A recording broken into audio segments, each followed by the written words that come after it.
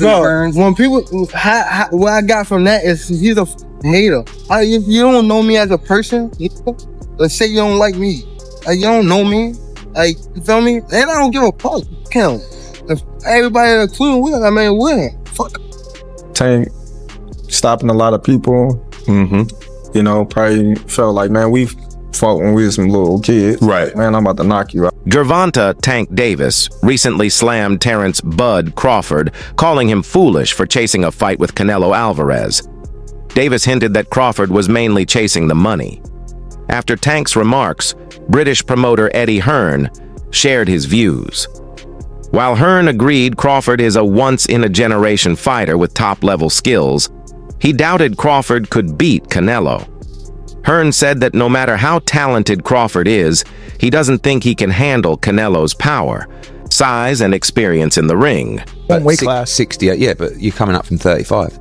35, 40, 47, 54. Sooner or later, it's one too many. And 68 is definitely too many. But Crawford's brilliant. Like, he's a genius. He's a generational great. So maybe he can find a way to do it. But I feel he'd be hugely outsized against Canelo Alvarez. But you have to use your movement if you're Terence Crawford in that fight. The last thing you want to do is stand and trade. He'd be moving a lot in that fight, trust me. I'm not saying he'd be running, but he would be moving a lot. Of course, that's the way to beat him. Yeah. I think he's a little bit concerned, having spoke to him in the past, that if he beats a guy that's coming up from 147 to 168, is he really going to get the respect for that? Adding more heat to the debate, Canelo had some good things to say about Terence Crawford. He praised Crawford as a top fighter and said he enjoys watching his style, but mentioned Crawford moves around a lot. Canelo said he prefers a toe-to-toe fight. He even claimed, "In my division, it's an easy fight, easy cash." Canelo also added that while Crawford thinks fighting at a higher weight is simple because of his skills, the truth is far from easy. He's a very good fighter. I like how he fights, but that's why there are weight classes. Yeah, and he knows now. He knows now. You think he felt that? Yeah. On the other hand, Alexander Usyk showed strong support for Terence Crawford if he fights Canelo Alvarez. As Crawford's friend, Usyk spoke highly of his skills and even joked by calling him a wild guy. Usyk confidently said Crawford would beat Canelo thanks to his technical skill set and smart approach in the ring. Wow. Friend, but it's crazy, man. Listen, I say Terence win. Yes. What? Terence win over Canelo? Yes, Terence win. But listen, Terence is different man. Terence work in two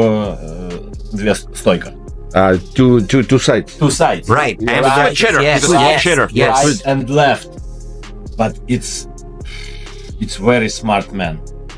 Very, very, very smart. Joining the buzz, Tyson Fury gave his take on the possible showdown between Canelo and Crawford, calling it a fight worth watching.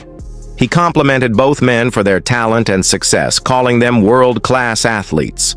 Fury also shared his personal interest in the bout, saying he would gladly buy the pay-per-view to see how it all plays out. Yeah, I think it's a good fight. I think, listen, everybody can do what they want to do, and if he believes in himself, then go for it. Why not? I think he's an awesome fighter. Both of them are. Both of them are exceptional fighters, and I would be one of the people paying for a pay-per-view to watch it. Is the skill level of Crawford equalize the weight, in your opinion? I think if they fought, they'd obviously be the same weight, would they not? Yes. So, yeah, so... Crawford going from 47 to 68. Maybe he would bring Canelo down to 60 or 54 or something. I don't know. Yeah. But yeah, I don't know. Do you have a favorite? I don't really have a favorite. I like both fighters. Both very different skill fighters in their own ways. In an unexpected twist, Errol Spence Jr. came out supporting Terence Crawford in a future bout with Canelo Alvarez. Despite their past tension, Spence openly said he'd be cheering for Crawford if the fight happens. Though he didn't make a firm prediction, Spence said he's fully backing Bud, win or lose, if they step in the ring. I mean, it could happen. I mean, why not? If Crawford want to challenge himself to be great, let him try to be great, you know? So, you know what I'm saying? I'm with it. So, you know, I'll be going for Bud. You know, if he fight Canelo, I'll be going for him. I mean, I don't know if he gonna win or lose, but I definitely be going for Crawford. I think if anybody can pull it off, he can pull it off. Yeah. He's chasing greatness, so why not? Canelo came up to 175 and all that, and fought Kovalev and fought the other guy too. So I mean, if he can do it, and he started at 147. So I mean, if he's doing it, why can't Crawford do it? As the drama grew, Terence Crawford didn't hold back when talking about Gervonta Davis, making it clear he doesn't like him. Crawford said something about Davis's attitude annoys him, calling him a cocky little guy. Even though he gave Tank credit as a good boxer, Crawford made it clear he's not a fan of how Tank acts or carries himself. That just you being competitive, like when that happens, or is it like... I just really don't like that dude. Why though? Cause I just don't like him. Like I really don't like him. That's like just not your cup of tea. That's just not. Yeah, I don't like nothing about him. I just feel like he just one of these little arrogant little dudes that's using what he got to shield him. He got a lot of security guards around him, and he in the limelight and stuff like that. But in certain situations, he wouldn't be acting like that. Do you like him as a fighter though? Yeah, he's a damn good fighter. Yeah, but like his core personality and his ways.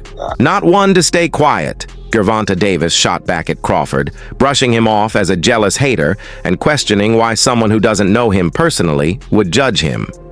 Davis was annoyed by people forming opinions without ever speaking, to him using Crawford as a key example. The lightweight champ made it clear he doesn't care about critics who don't really understand him. When people, what I got from that is he's a hater. If you don't know me as a person, just say you don't like me. Like, you don't know me. Like, you feel me? And I don't give a if everybody that's cool with, I mean, win. Sticking to his opinion, Davis fired more shots at Crawford, saying that money is the real reason he wants to fight Canelo Alvarez. Davis argued that Crawford isn't chasing glory or competition, but rather the massive payday that comes with fighting one of the sport's biggest names. Money. Crawford needs the money. You think he had a chance to win? But what makes you say that? He needs the money. Does he have a chance to win though? Top rank ain't playing like that, and they ain't playing like that. So you want to see, when they ain't playing like that. He's going up three or four weight classes. You think the chances of him? That's why you say why he don't like me. That's real shit. Going up those weight classes to face him, how could you convince fans that he can beat Canelo? I ain't trying to convince y'all that he can beat Canelo. I didn't. He's a good fighter. Adding to the tension, Davis questioned Crawford's undefeated streak and seemed shocked that Crawford has never lost while moving up in weight classes. While admitting Crawford is talented, Davis brought up past slips like getting rocked by Yuriorkis Gamboa. He even hinted that something suspicious might be going on, mentioning snack nutrition and comparing it to the 2005 Balco scandal involving snack CEO Victor Conte, all to cast doubt on Crawford's dominance. This guy is great at what he do. And another thing, bro, I don't be wanting to how these guys is. Then you get hurt against Madrimov. There you talk about Crawford got touched by Madrimov. Is that what you said? No, he got clipped by Gamboa, right? Right? What the fuck is he's looking this strong over the past year. I mean, these years. He ain't been getting clipped or nothing. So that's that snack shit. I'm telling you. Y'all laugh. I'm always. Don't know detail. I'm telling you. Yeah, it's the best. And that guy that a part of it, he been caught. Yeah, he went to jail for it. In response to Davis's claims, Terence Crawford defended his career choices by explaining the financial side of boxing.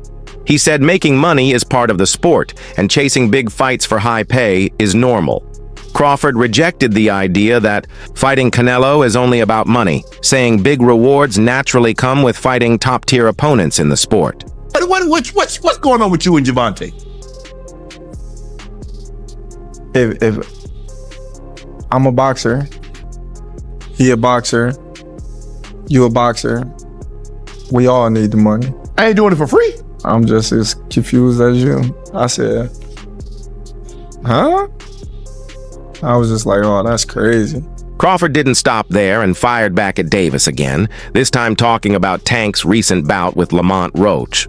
Crawford criticized Davis for showboating and mentioned the moment he took a knee. He added that even if that didn't happen, Davis still didn't do enough to win and came up short in the fight against Roach. Willis a great referee. He is. And he started counting, then stopped it. Like, they said, hey, you better stop counting. You know, wow. Hey, don't do that again.